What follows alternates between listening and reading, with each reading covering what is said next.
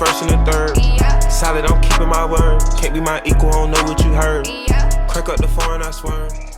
What's happening, baby? BackBayBetting coming to you live from Biloxi, Mississippi again. I am your most handsome host, Blake, and I cannot wait to get into these locks this week. NFL Week 4, College Week 5. Now, to review last week, Air Force versus San Jose State on Friday, giving up the 6 points. It rolled. Air Force is a rocking team right now. Let's catch that. Then we came back on Saturday. Unfortunately, Rice went down to South Florida and got blasted. 29-42. JT Daniels looked good though. Threw for 432 yards, but South Florida was just rolling on them. I think Rice ended up giving about 597 total yards combined. They're terrible on defense, so we'll have more on Rice later in the show. And lastly, Washington State, Cam Ward is the real deal. +3, didn't need the points. Washington State beat Oregon State outright. So we had a winning day on Saturday. Sunday was a little bit tricky. I told you about Tennessee. I took the +3.5. I thought Mike Vrabel wouldn't get blown out. But Cleveland's defense is really, really talented. They are shutting people down right now. And they only gave up 6 first downs the whole entire game and 94 yards for the entire game. So Cleveland's defense was really well, and their offense played well enough to keep them in the game. 27-7, I think, or 27-3. And then Seattle minus the 5.5 against Carolina. They rolled. Geno Smith and Seattle covered the game easily against Andy Dalton, the backup. They threw the monkey wrench in there, but it did not matter. Then lastly, we had Washington at home against Buffalo, +6.5. Sam Howell played awful. 4 interceptions, 1 fumble on the day. He was sacked 9 times. That is just not going to cut it. That's not going to cut it. So we move on to NCAA Week 5, like I said. A top 25 matchup at 2:30. I'm going to take you to Austin.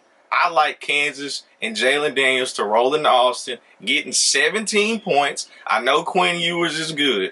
Don't get me wrong. But Texas struggled. Last week, it was 10-10. I'm sorry, 2 weeks ago, it was 10-10 going into the fourth quarter against Wyoming. Now, I'm not saying that they can't get it done, but 17 points with 2 great quarterbacks.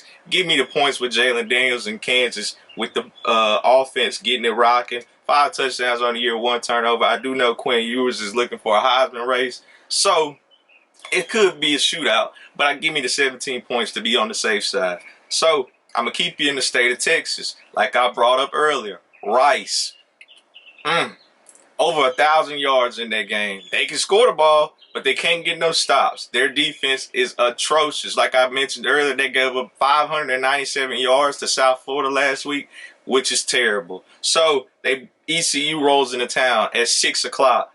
Over and under 45.5. To the moon, we're going to go with that one. Easy over. If Rice can't put it in the box 42 times, Rice can put it in the box at least 42 points worth.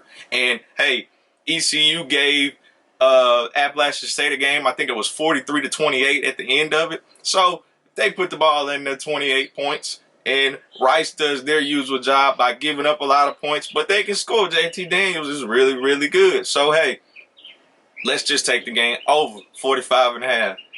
Now, moving on to another top 25 matchup. Notre Dame rolls into Duke. Both teams have really good defenses. Over and under 52.5. I'm going to play that game under. Notre Dame's defense played Ohio State really, really well last week, and they are good with all those grad transfers coming in. And, hey, if a sophomore cornerback can shut down Marvin Harrison and keep him out of the game, give me Notre Dame and Duke going under. Now, Duke has a defense built like Ohio State. I feel like that will be helpful.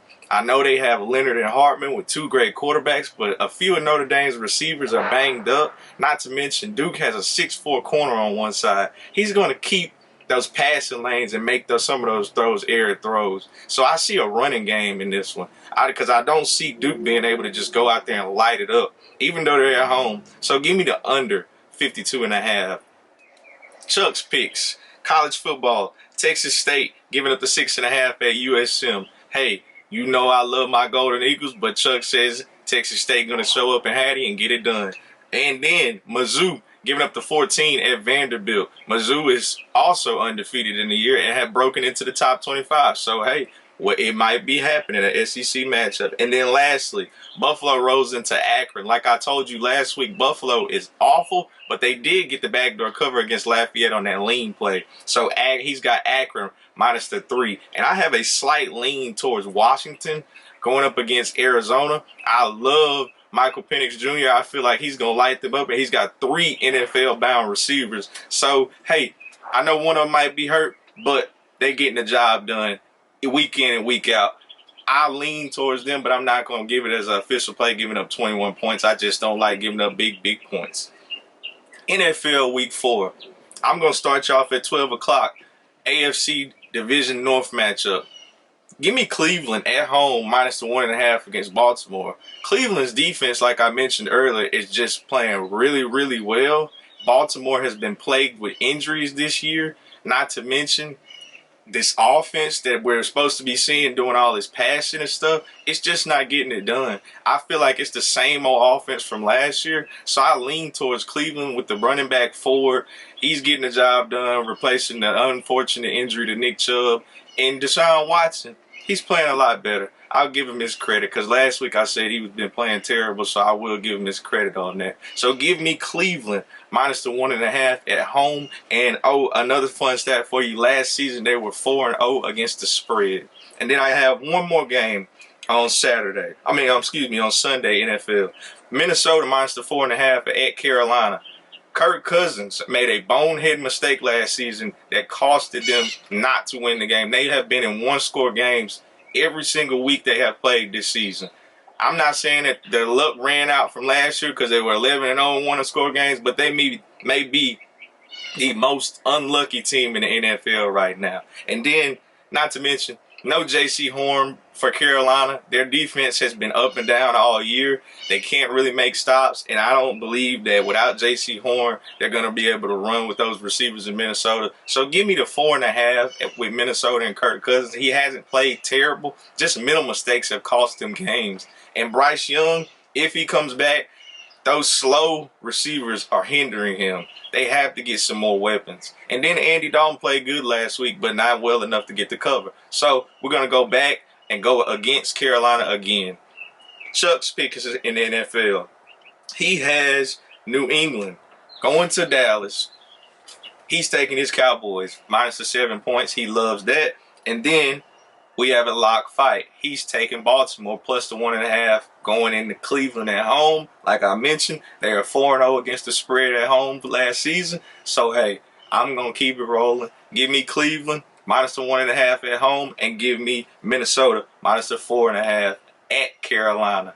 Now, to wrap it up, at BackBayBetting at all social media, all platforms, YouTube, Instagram, Facebook, Twitter. Follow us. I might give you some more picks every day. Like, share, and subscribe, and let's get paid.